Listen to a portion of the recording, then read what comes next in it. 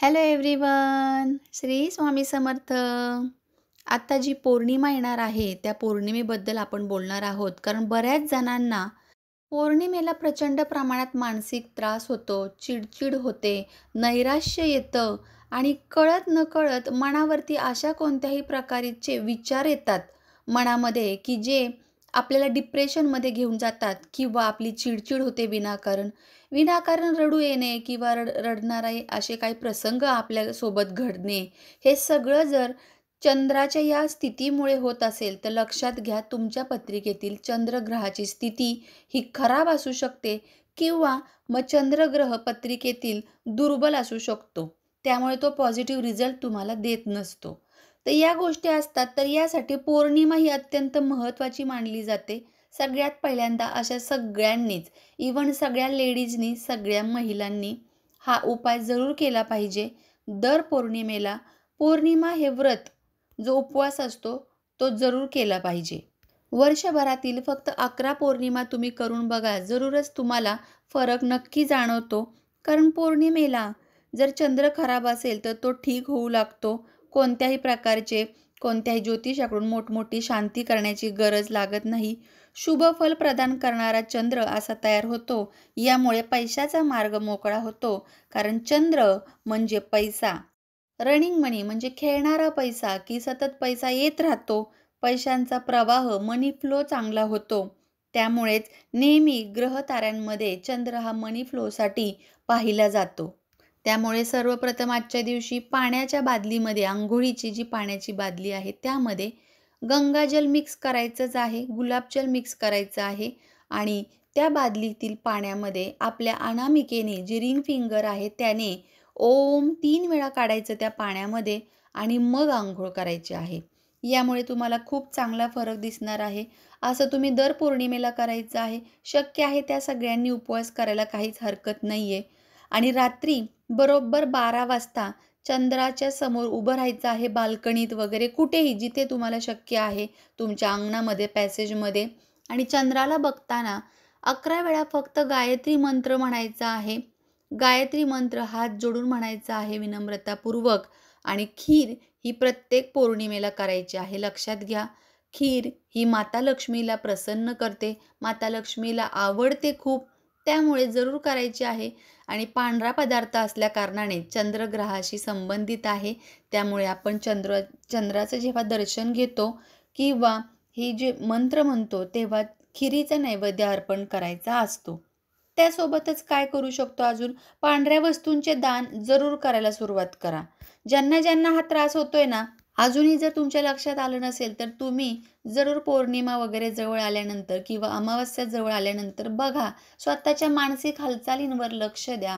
यासाठी कोणालाही काही सांगण्याची गरज नाही आहे, कुठेही विचारण्याची गरज नाही आहे. स्वतःच्या तुमच्या मानसिक अवस्थेनुसार तुम्हाला समजू शकतं की चंद्रग्रहाची स्थिती काय आहे तुमच्या पत्रिकेमध्ये. म्हणूनच मी तुम्हाला साधे सोपे उपाय देखील सांगत असते आणि अशा रेमेडीज घेऊन येते की जे सगळे करू शकतील आणि त्याचा फायदा देखील प्रत्येकाला मिळू शकेल. अगदी कमी तंतोतंत कष्टामध्ये किंवा कमी अशा खर्चिक गोष्टींमध्ये. तर यामध्ये आपण काय करायचं, पांढऱ्या वस्तूंचे का दान करायचं? पांढऱ्या वस्तूंचे दान केल्यामुळे आपल्याला जी आपली आर्थिक स्थिती आहे त्याच्यामध्ये वाढ होऊ लागते हळूहळू. पांढरे तीळ, पांढरे साखर वगैरे, तांदूळ, दूध अशा पांढऱ्या वस्तूंचे आपण दान करू शकतो. आपली जेवढी आर्थिक कुवत आहे त्यानुसार पावशेर, अर्धा, 1 किलो, 5 किलो. क्वांटिटी महत्त्वाची नाही. त्यापेक्षा आपल्या क्षमतेनुसार आपला जो भाव आहे तो महत्त्वाचा आहे. या दिवशी भगवान विष्णूसोबतच माता लक्ष्मीची सेवा अवश्य करायची आहे. विष्णू सहस्त्रनाम, कनकधारा स्तोत्र, श्री सूक्तम जरूर मोबाईलवरती लावा. नाही म्हणता येत ना, तर मोबाईलवर तरी अवश्य आपण लावू शकतो, बरोबर? सत्यनारायण पूजा ज्या महिला करतात त्यांनी सत्यनारायण पूजा व कथा करायची आहे आजच्या दिवशी. खूप फायदा होतो याने जीवनामध्ये. परमेश्वरी कृपा अखंडित आपल्यावरती राहते. कळत नकळतपणे आपल्याला जाणून येत नाहीत, पण या गोष्टी आपल्या आयुष्यात नक्कीच फरक पाडतात आणि नक्कीच फरक जाणवतो. तुम्ही स्वतः जरूर या गोष्टींचा अनुभव घ्या. तर पौर्णिमेला अनेक लोकांना खूप त्रास होतात, घरात भांडणं, चिडचिडसुद्धा होते. तर यासाठी नकारात्मक ऊर्जा घालवण्यासाठी आपल्याला काय करायचं आहे, तर सगळ्यात पहिल्यांदा मॅजिक स्प्रे जो मी सांगितलेला आहे, तो बरोबर घरामध्ये सगळीकडे तो छिडकाव करायचा, सगळीकडे स्प्रे मारायचा तो. आता हा मॅजिक स्प्रे म्हणजे आपल्या स्प्रेच्या साध्या बॉटलमध्ये पाणी घ्यायचं, गंगाजल मिक्स करायचं, गुलाबजल, दालचिनी, 2 लवंग, विलायची आणि यानंतर आपल्याला वेखंड पावडर जी असते ती, ज्येष्ठमध पावडर, कापूर, भीमसेनी कापराचा तुकडा आणि यासोबत गुलाबाचं अत्तर हे मिक्स करायचं आहे सगळं आणि हा स्प्रे बनवून रोज आपल्या घरामध्ये सकाळ, दुपार, संध्याकाळ 3 टाईम स्प्रे करायचा आहे. यामुळे निगेटिव्ह शक्ती घरात जिथे कुठे असेल ती निघून जाण्यास मदत होते आणि पॉझिटिव्हिटी वावरते. सलग तुम्ही 21 दिवस हा उपाय केला ना, की तुम्हाला जरूर जाणवणार आहे तुम्ही हा स्प्रे अगदी नेहमी वापरताल, अशा प्रकारे याचा रिझल्ट दिसतो. तर जरूर मला कमेंटमध्ये सांगा, की तुम्ही बनवला की नाही किंवा जे नेहमी माझे व्हिडिओ ऐकतात त्यांना माहीत आहे, की या स्प्रेसाठी मी नेहमी त्यांना सगळ्यांना सांगत असते म्हणून. आणि संध्याकाळच्या वेळेला आता काय करायचं आहे तर बरोबर 6:12 लक्षात ठेवा, हा लक्ष्मी मातेसमोर दिवा लावण्याचा एकदम शुभ मुहूर्त आहे, विशेष मुहूर्त आहे. तुपाचा दिवा प्रज्वलित करायचा आहे. अगरबत्ती, धूप जे काही असेल ते लावायचं आहे आणि ओम धनाय नमः, ओम धनाय नमः असा जप करायचा आहे. कमळगट्ट्याच्या माळेवरती हा जप करायचा आहे.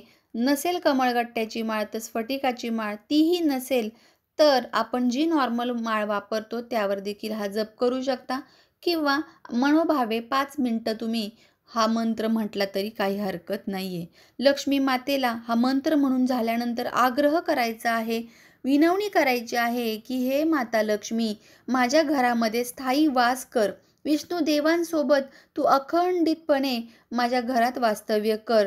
तुझी कृपा आमच्या घरात सतत बरसू दे." अशी मनोमन प्रार्थना लक्ष्मी मातेला करायची आहे. आणि या पौर्णिमेपासून प्रत्येकाने लक्ष्मी मातेचा एक तरी मंत्र घरामध्ये म्हणायचाच आहे. 108 वेळा मंत्र म्हणू शकतो आपण. काही हरकत नाही आहे दिवसभरामध्ये संध्याकाळी फक्त आपल्याला म्हणायचे आहे. कारण ज्यांना डिप्रेशन, चिंता, तणाव, एन्झायटी यासारख्या गोष्टी सतत आयुष्यात घडत आहेत. दररोज काही ना काहीतरी घटना त्यांच्या आयुष्यात या बाबतीत घडत आहेत. तर सगळ्यांनी गंगाजलाचा शिडकाव घरात करायचा. जो मी मॅजिक स्प्रे सांगितलेला आहे त्यामध्येच गंगाजल आपण टाकलेला आहे आणि तो स्प्रे स्वतःवरती डोक्यापासून खाली थोडा स्प्रे करायचा. हर हर गंगे, हर हर गंगे म्हणत आणि चंद्राच्या छायेमध्ये आपल्याला बसायचं आहे. थोडा वेळ जरूर बसायचं आहे. एक 10 मिनिटं, 15 मिनिटं वेळ काढायचा आहे. या गोष्टी अनेक मोठमोठे आपल्याला ॲस्ट्रोलॉजर सांगतात. पण या गोष्टींचा खरंच अगोदरपासूनच आपल्या संस्कृतीमध्ये उल्लेख आहे.